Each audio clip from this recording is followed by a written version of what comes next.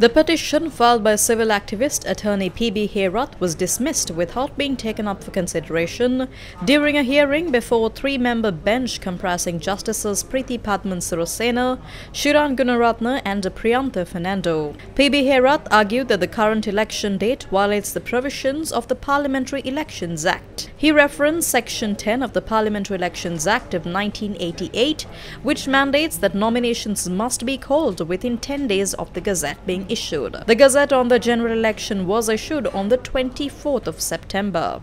The petition stated that the general election must be held within the time frame of no less than 5 weeks and no more than 7 weeks following the conclusion of the nomination process. He argued that the valid period for conducting the election should be falling between the 15th of November and the 29th of November. During the proceedings, Herath emphasized his responsibility as a citizen to highlight this legal discrepancy and urged the court to issue an appropriate ruling. Additional Solicitor General Viraj Dayaratne, representing the Attorney General, countered Herath's claims, asserting that the election date has been set in compliance with the Parliamentary Elections Act. He clarified that according to the relevant legislation, the election date is calculated from the deadline for nominations, which is noon on the 11th of October. Dayaratne further explained that the election is scheduled to be held on the 14th of November, noting that substantial preparations for the election have already been completed. He argued that pursuing the petition would not only be unnecessary, but would also disrupt the election process. After reviewing the arguments from both sides, the Supreme Court concluded that there was no basis for the petition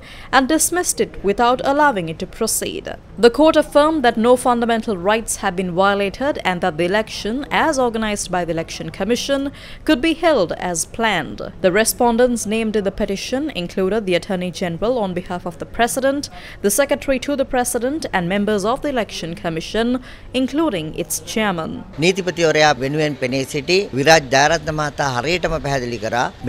Additional Solicitor General Viraj Dayaratne, representing the Attorney General, clearly said that there has been no violation of any laws in this case, asserting that in accordance with the Parliamentary Elections Act, the election period is indeed set at 35 days. The court concluded that there is no basis for this case and that no fundamental rights have been violated.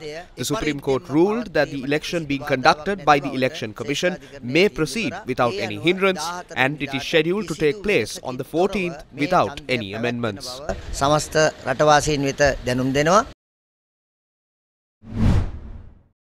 Speaking at a media briefing, Commissioner General of Elections Samashri Ratnayaka said that all necessary preparations have been made to hold the general election as scheduled on the 14th of November.